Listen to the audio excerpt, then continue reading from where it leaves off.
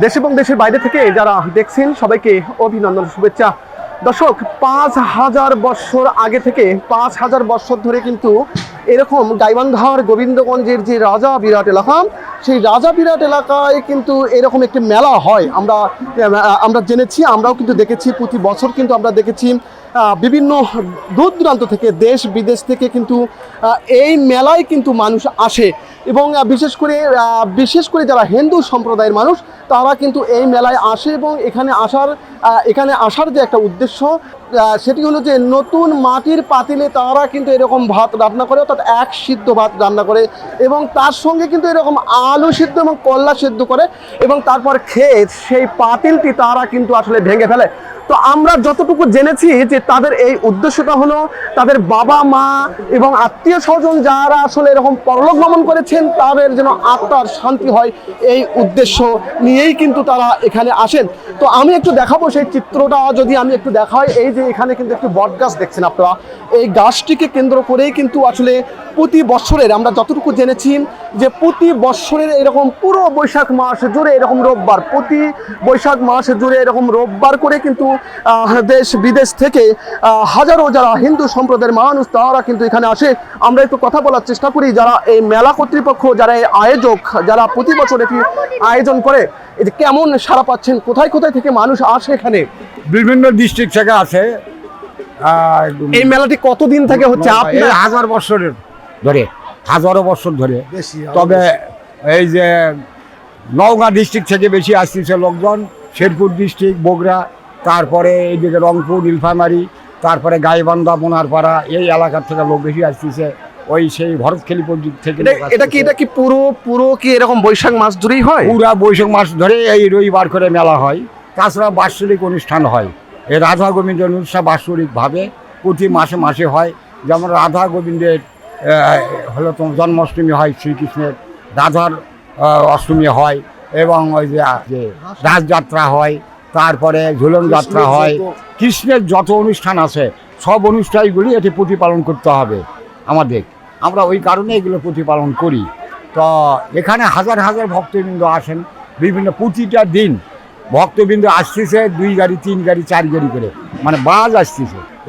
আমরা কথা বলার চেষ্টা করলাম যারা এই মেলা কর্তৃপক্ষ, যারা আয়োজক, যারা এরকম ছোটবেলা থেকে এলাকারই মানুষ, ইনি ছোটবেলা থেকেই দেখে আসছেন এই মেলাটি। আমরা একটু কথা বলবো যে এই মেলার সভাপতি এখানে রয়েছেন, একটু যুক্ত হই। কেমন মানুষ আসছে এখানে, কোথায় কোথায় থেকে মানুষ আসে, এবং আরও কতদিন চলবে?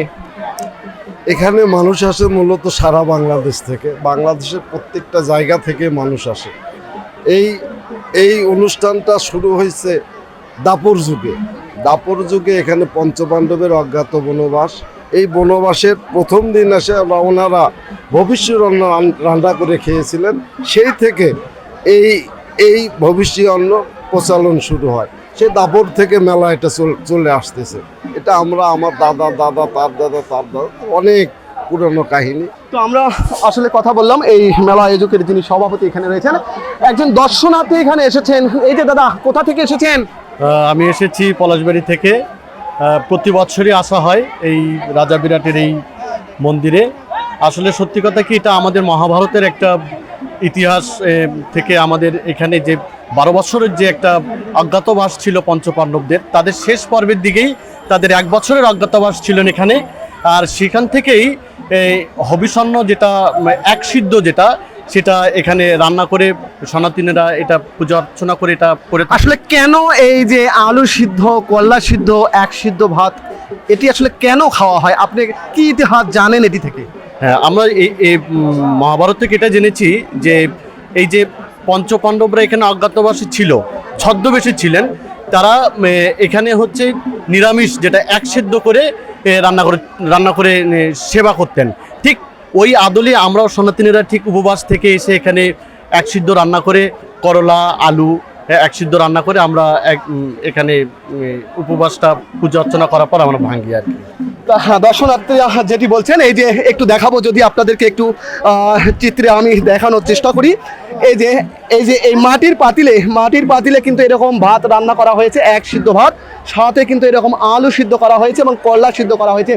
এবং এই ভাত খাওয়ার পর কিন্তু এই মাটির পাতিলটি কিন্তু আসলে ভেঙে ফেলা হবে।